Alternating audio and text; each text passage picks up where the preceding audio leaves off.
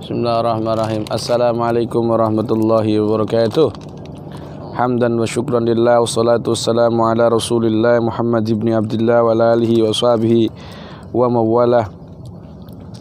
La hawla la quwata illa billah. Amma ba'da. Allahumma innaka qad aqtarta ba'da khalqika ala sihri wa syarr, walakinnaka tafatta lidzalika bi'idni dhurr. Wa'udhu bimastafatta bihi mimma aqdarta alaihi bihaqqi qawlika wa ma hum bidharina bihi min ahadin illa bi'idnillah. Wa qala ta'ala innahu laysa lahu sultanun 'alal ladzina amanu wa 'ala rabbihim yatawakkalun. Al-ayah kama qala. Para sahabat, sekarang kita sedang berada untuk menggali dan menemukan sahabat kita, makhluk Allah yang tidak kasat mata untuk sementara waktu dan nanti insya Allah akan kasat mata, yaitu makhluk Allah di bawah sana, yaitu ikan. Jadi kita nanti akan coba. Kita sekarang sedang di kecamatan mana? Kuala Jambi. Kuala Jambi. Kuala Jambi dan juga Kuala Jambi, kecamatan Kabupaten Tanjung Jabung Timur. Saya perlu sampaikan, pertama kali saya di Tanjung Jabung itu di Pondok Al Islah apa itu? Kalimatnya sulit diucapkan karena nggak terbiasa saya mengucapkan. Tanjab Tim. Nah, karena ini wilayahnya adalah wilayah pedalaman di kota Jambi, di provinsi Jambi, jadi itu perbatasan antara pokoknya pelosok lah. Alhamdulillah, tapi ditakdirkan ada sinyal. Nah, tadi walaupun orang pelosok tapi rezekinya anehnya itu rezeki kota. Dan saat ini saya ingin sampaikan kepada panjenengan pertama terkait doa. Jadi kita ini makhluk Allah Ta'ala yang bernama Al-Ings. Al-Ings itu adalah termasuk jismun kasif, sesuatu yang kasar. Jadi dia bisa disentuh, bisa diubit, bisa dipukul, ditempeleng. Dan ada makhluk Allah yang bersifat jismun latif, makhluk Allah yang bersifat jisim tapi latif, lembut, yaitu termasuk bangsa jin. Nah, kita dan bangsa jin sama-sama kena beban taklif. Jin juga kena beban taklif, Al-Ings juga kena beban taklif, tapi beda dimensi. Kalau menungso Al-Ings itu dimensinya adalah kasif, kalau jin itu dimensinya latif. Dan barang siapa dari golongan manusia dan bangsa jin yang enggak nyembah Allah tetap kufur. Dan balasannya juga kalau dia bermaksiat kepada Allah, tidak mau syahadat, dia juga neraka. Nah, karena kita makhluk Allah Ta'ala yang bersifat nampak, maka dan kita ini hidupnya sama dengan jin, yaitu di bumi. Jin juga hidup di bumi, manusia juga hidup di bumi. Ini boleh diginikan ya, agak kesini biar kelihatan. Nah, karena kedua-duanya ini berbeda, maka pertanyaannya, bisakah bangsa jin itu masuk jismun latif masuk ke jismun kasif? Jawabannya bisa. Tetapi alat-alat medis tetap tidak bisa diagnosa. Misal untuk contoh orang terkena santet atau ketempelan, ketika dicek ke medis tentu tidak ada penyakitnya, tensi normal, darah normal, semuanya normal. Kenapa? Alat medis nggak bisa deteksi karena alat medis itu sesuatu yang bersifat kasif, kasar, sedangkan jin latif, jadi tidak bisa. Tapi kemudian lantas tidak dianggap bahwa sesuatu yang jismul latif ini nggak ada, enggak. Nasnya sudah ada. Dan perlu diketahui sesuatu yang bersifat mistis, gaib, itu tidak perlu pembuktian dan tidak bisa dibuktikan. Maka Allah Subhanahu wa taala mengisyaratkan wabil ghaibihum yuqinun. Kamu nih gaib ini yakin apa enggak? Kalau nggak yakin dengan gaib, maka nggak bisa dibuktikan. Contoh sihir kamu buktikan, nggak akan bisa. Sihir dibuktikan karena namanya sihir idza khufiya walutifa. Adapun ketika Rasulullah SAW terkena sihir dari Labib bin Al-Sam, itu adalah jelas yang menunjukkan adalah malaikat dan kita wajib percaya hal tersebut. Nah, maksud saya begini, mungkinkah kita ini bertemu gerombolan jin gitu loh? Maka jawabannya sekali lagi tidak bisa dibuktikan. Apalagi nanti saya buktikan dengan penampakannya, itu tidak selalu bisa. Yang kedua yang saya sampaikan, gaib itu ada dua, ada gaib nisbi, ada gaib mutlak. Gaib mutlak itu hanya Allah yang tahu. Yang gaib mutlak itu ada 6. Salah satunya adalah ma fil arham, yang di dalam kandungan. Dokter pun tidak bisa. Itu laki-laki atau perempuan. Sedangkan gaib itu sesuatu kalimat ma ghaba anin nas. Sesuatu yang asing disebut gaib. Istri saya, menurut kamu gaib melihat istri saya. Sedangkan saya tidak gaib, syahadah, saya melihat. Jadi kalau gaib nisbi itu sebagian orang kadang melihat, sebagian tidak. Nah, termasuk jin. Nanti perlu diketahui, jin itu kita bisa melihat jin dengan beberapa catatan. Walaupun Allah Subhanahu wa taala mengatakan wa yarakum qabiluhu min haitsu la tarawnahu. Jin dan kabilahnya itu melihat kita dari satu tempat yang kita tidak bisa melihatnya. Tetapi perlu diketahui kita bisa melihat jin dalam konteks ada beberapa sebab keadaan. Pertama, yaitu ketika mereka bertasakul. Ketika bertasakul sebagai ular, anjing, dan lain sebagainya. Yang kedua dalam mimpi. Pertanyaannya kenapa dalam mimpi? Karena manusia itu dia ini hidup di alam syahadah. Kemudian dia punya ruh, punya sukma, sehingga ketika dia tidur itu kesadarannya menurun. Nah, kesadaran menurun kalau dalam hipnoterapi mungkin ke gelombang theta ya, sehingga dimungkinkan dia melihat fenomena mistik, bukan fisik, fenomena mistik. Makanya ketika tidur yang kita lihat itu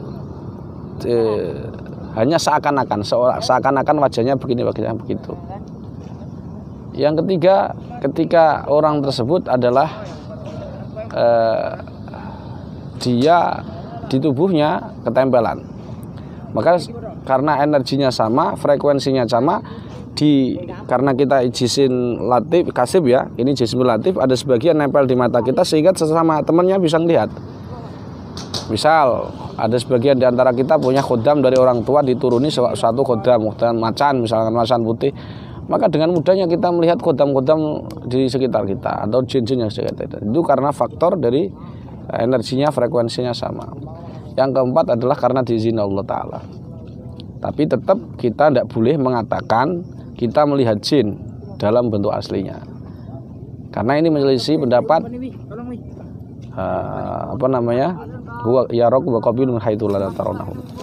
Sebagaimana Imam Nawawi mazhab Syafi'i, man yara annahu yaral jan abtana syahadatahu li mukhalafati al-Qur'ani was sunnah. Barang siapa mengira dia bisa melihat jin dalam bentuk aslinya, maka kita batalkan persaksiannya. Kenapa? Karena dia tidak adil, dia pembohong.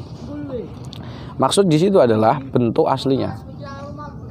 Jadi bisa saja manusia itu melihat jin dengan beberapa sebab ya, diizini Allah, termasuk keramatnya seorang orang kasab, al-auliya, bisa saja kalau Allah mengizinkan. Dan dia harus dukun. Jadi dia harus dukun untuk melihat jin itu. Bahwa orang-orang soleh terkadang bisa melihat. Para sahabat juga bisa. sebagian. Kalau Allah mengizini, kalau tidak izin tidak bisa. Dan melihat jin tidak bisa menjadi ukuran kesolehan seseorang. Ya. Jadi pada dasarnya kita nggak bisa melihat jin karena kita beda alam. Tapi dalam kondisi tertentu bisa melihat. Tapi walaupun bisa melihat pun tidak bisa diakui bahwa itu menunjukkan kesolehan seseorang, karena dukun saja juga bisa melihat jin. Baik, pertanyaannya apa maksud saya untuk kita ini, maksud dari doa ini untuk segerombolan jin itu bagaimana? Perlu diketahui kalimat al-ings maknanya itu suka nampak zahir. Misalkan dia haji tapi nggak kopiahnya nggak putih pulang nggak dipanggil kaji, marah-marah, nggak dipanggil abah jadi abuh kabeh awake. Nah, begitulah manusia, suka menampakkan diri. Kalau dia beristri lebih dari satu, suka nampakkan diri. Kalau tidak suka nampakkan diri namanya jin. Jadi kalau kamu adzan siri, semuanya siri, nikahnya siri, semuanya siri, ya nikah aja sama jin. Sesama sirinya kan kelihatan. Ya manusia ya alaniyah, jadi sebagian dari segitu. Nah, sedangkan jin itu adalah secara kalimat adalah sesuatu yang sembunyi. Jadi sembunyi. Makanya kalau orang terkena gangguan gaib, gangguan dari jin, maka setiap asar sore ya, mulai jam 4 atau jam 5 itu sampai subuh penyakitnya tambah parah. Misalkan ini di Tanjung Barat, ini ketuanya kena setan kredit, maka ini termasuk penyakit fisik karena ini berpengaruh pada rekening. Tapi kalau kena santet ya secara otomatis mulai pokoknya kepalanya pusing mulai maghrib sampai subuh. Kekuatannya semakin kuat karena dia di habitatnya. Nah, kemungkinkah manusia itu diserang gerombolan jin? Jawabannya mungkin. Bila mana manusia ini di tempat-tempat yang dihuni jin berdasarkan riwayat ya, bahwa jin itu kata Nabi ya, kalau kita bisa kesimpulan ya, rumahnya jin itu ada dua. Pertama di dalam tubuh manusia sendiri, yang kedua di luar manusia. Yang di dalam manusia itu macam-macam, ada khoisum di sini.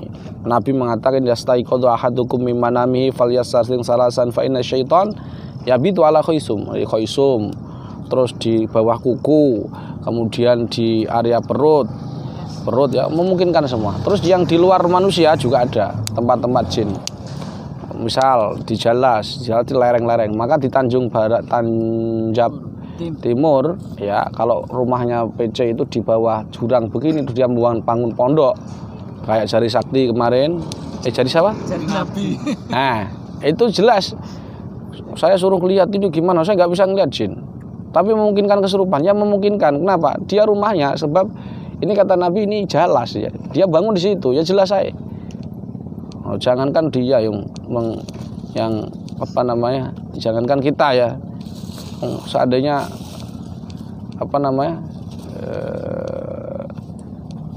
kiai level provinsi aja, Rois Suriah PWNU aja bisa santrinya kesurupan, apalagi cuman banser. Kan parah ya. Karena di sini ada Satkor Satkorwil Jambi Banser. Coba di shot kameranya. Ini wajahnya ya. Biar pernah lihat di YouTube saya ini. Siapa namanya? Amin. Pak Amin. Ya, ini Pak Amin. Dan sebelahnya itu ada Kiai siapa namanya lupa? Kiai Muzani, pengasuh pesantren Al-Islah. Ya. Udah. Yang sebelahnya Ustadz Baharudin, pencari bukhul ya. Jadi pokoknya rumpan. Baik Pak sahabat, apa kira-kira bacaannya supaya kita ini misalkan ya tempat angker kita nggak ada reaksi, nggak ada vibrasi, nggak ada apa istilahnya kesempelan, pakai kho ya, jadi biar fasih makharijul hurufnya ya, huruf jadi hurufnya jadi seandainya kita ke tempat angker pun ada orang kena santet sampai mati atau dijual rumahnya lagi, kan santetnya masih ada itu. Seandainya kita nempatin pertama kali rumah angker pun nggak ada serangan dan sebagainya. Jin nggak berani untuk ini. Tentu bukan karena kita sakti, tetapi karena Allah memberikan kita perlindungan karena kita doa. Dan itu Anas Al-Quran juga membolehkan kita membaca Al-Quran untuk terhindar dari setan. Contoh, kita mau tidur baca ayat kursi boleh kan? Jadi ketika kita wirid ini seperti itu juga boleh. Dan itu masuk di dalil umum bahwa wa idza salaka ibadi ini fa inni qarib ujibu da'watad da'i da'an. Jadi ini bukan amalan bid'ah yang dikira oleh sebagian orang ya. Insyaallah niki boleh. Tapi sebelum saya kasih satu pokoknya kata kuncinya adalah bacaannya itu kalau bisa dibaca ya setelah sholat. Maka orang yang nggak sholat jangan ngamalkan ini. Walaupun sholatnya jam 9 ya tetap dibaca. Cukup habis sholat dibaca 3 kali. Tapi sebelumnya saya mau tunjukkan dulu. Kadang orang ini butuh testimoni lah. Butuh testimoni bacaannya. Maka sebenarnya bagi saya tidak perlu kalau kita baca Quran butuh testimoni. Kayak bakul jamu loh. Ruqyah kok testimoni. Testimoni ini pernah tak ruqyah sembuh stroke, diupload di YouTube. Padahal besoknya dia ngeruqyah stroke mati. Enggak diupload. Nah, itu artinya apa? Artinya mana Al-Quran itu nggak usah butuh testimoni. Tapi ya bagi panjenengan semua yang mungkin ragu, ya bisa jadi etebar lah. Contoh saya sendiri di tempat angker sekalipun seangker-angkernya yang katanya ada blorong Nyiro Kidul mandi tidak boleh, saya langgar semua itu, enggak masalah. Yang katanya guanya ini angker sumber angker, kalau karena kamu baca merah kamu akan bla bla bla, saya bawa merah enggak masalah, karena saya yakin mistik itu begini, mistik itu semakin kau yakini semakin nyata.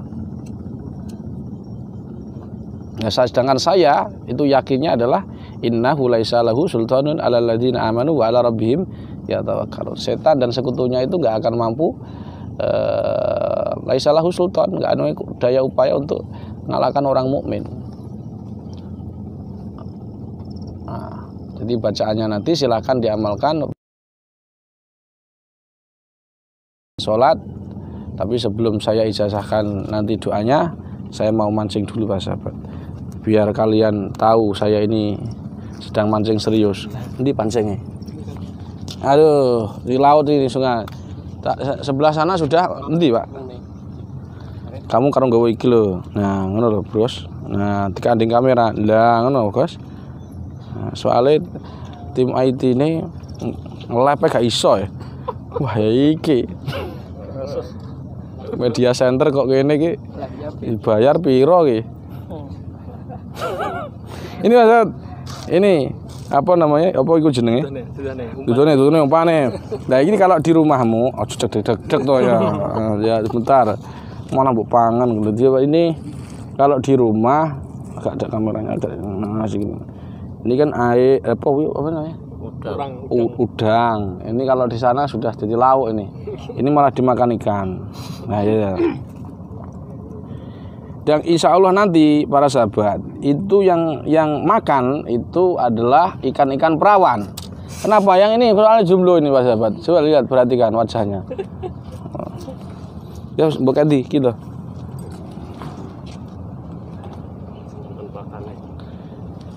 Pak, engko iwake roh ora mripate. Itu piye iwake kok iso roh? Coba tanya bro. Logikanya gimana? Ikan gelap, di dalam nggak ada lampu, ikannya kok tahu sasaran, itu logikanya gimana? Coba Kiai Muzani, Kiai siapa? Lupa saya. Kiai Muzani. Ya Kiai Muzani, monggo diterangkan dulu kita ini lagi di mana, terus kenapa kok ikan itu bisa? Ini tebakan ini. Nanti kalau bisa jawab nanti Tak doakan bisa Masno. Pajero spot. Ini nanti karena saya ini kok gak gamen-gamen. Ada orang tak kasih ilmu, ini ijazahan 350.000 aja bisa dapat Pajero. Nah, monggo, Yai. Ini kita lagi di mana, Yai? Ya, biar pernah muncul di YouTube ya, toh. Ini mic ya. Nah, terus jawab ngawur-ngawuran aja. Ini berada di Sungai Batanghari, di Kuala Sungai Batanghari, Kecamatan Kuala Jambi, Kabupaten Tanjung Timur. Jadi pertanyaan Kusama tadi terkait dengan kalau malam ikan apa bisa melihat umpan? Insya Allah ya, karena ikan itu punya kelebihan yang luar biasa dan barangkali ini sebagai bentuk penghormatan mungkin langsung nanti ikannya matuk ya, mudah-mudahan. Sohibul wilayah ya. Sohibul wilayah. Enggak bisa juga mau menjelaskan ya. Menjelaskan. Perkenalan nama saya. Perkenalan. Dan juga. Mau sana aja.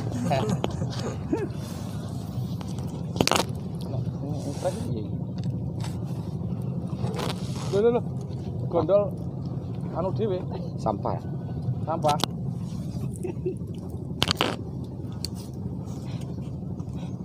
Besar gak batunya, Gus? Hah?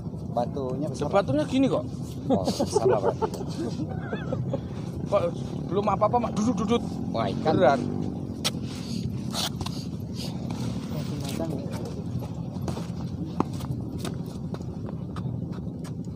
Bawa arus, Gus.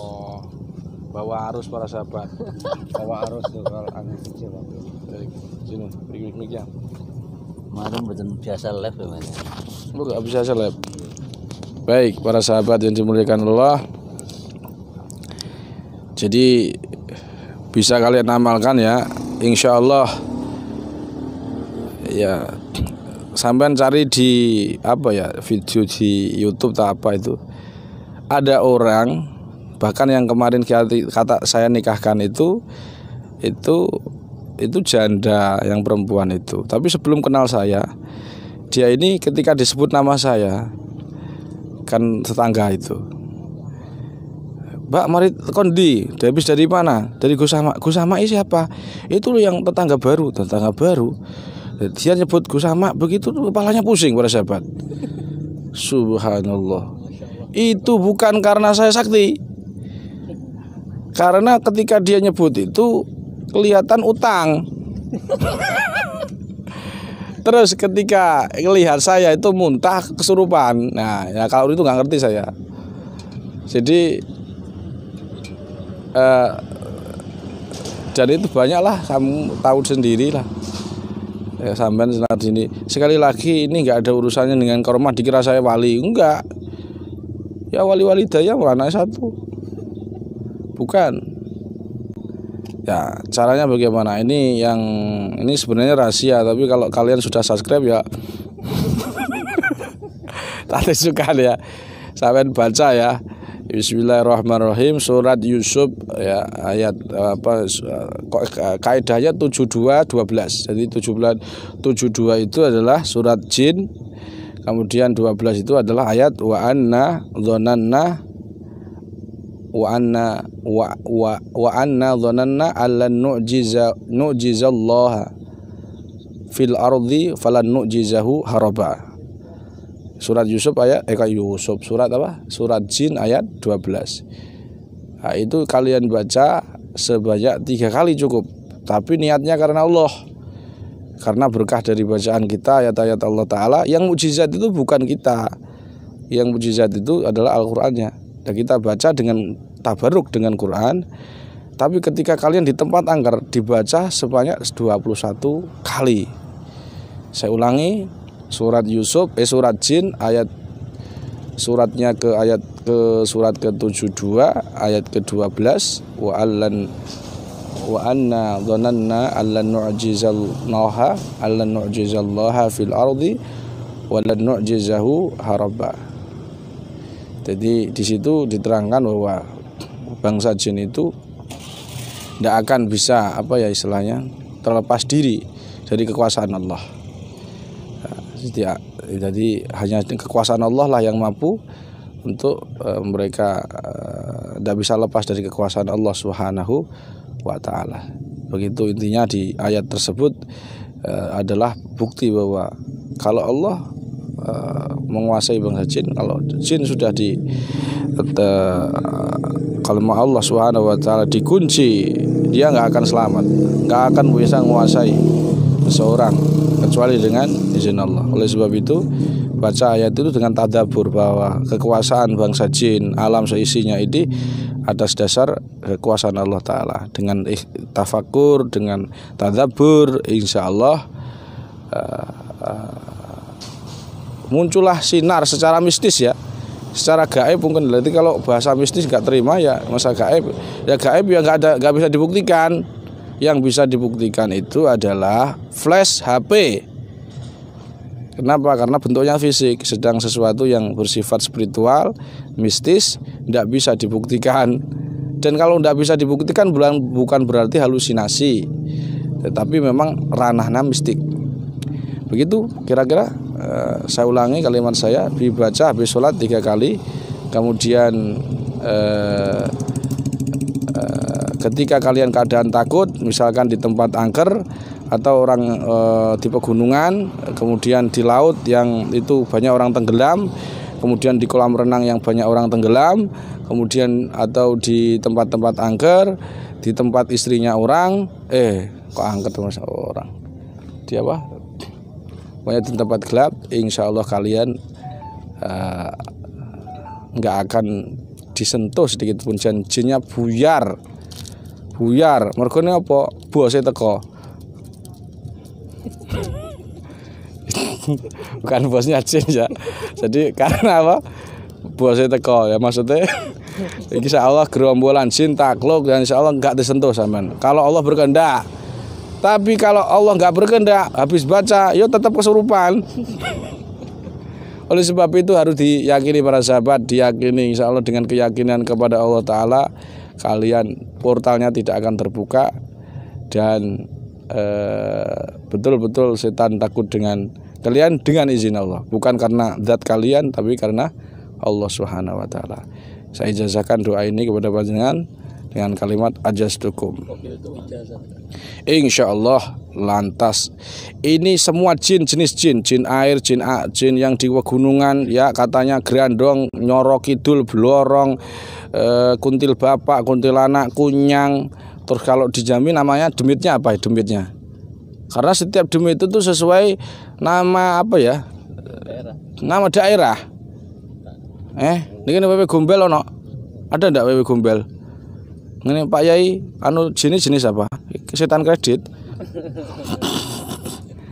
Subhanallah, ternyata di Mbah Yai ini setannya berbentuk manusia. Setan kredit. Nah, begitu para sahabat, semoga bermanfaat. Saya siarkan langsung dari kota Tanjung Jabung Timur. Demikian. Subhanakallahumma bihamdika asyhadu an la ilaha illa anta astaghfiruka wa atubu ilaik. Assalamualaikum warahmatullahi wabarakatuh. Mohon maaf. Aku tak untuk patene tak nyolong ngomong bentuk aku to malam iki lho. Itu nyemplung. Yuk, waduh. Nah. Terus. Kurang.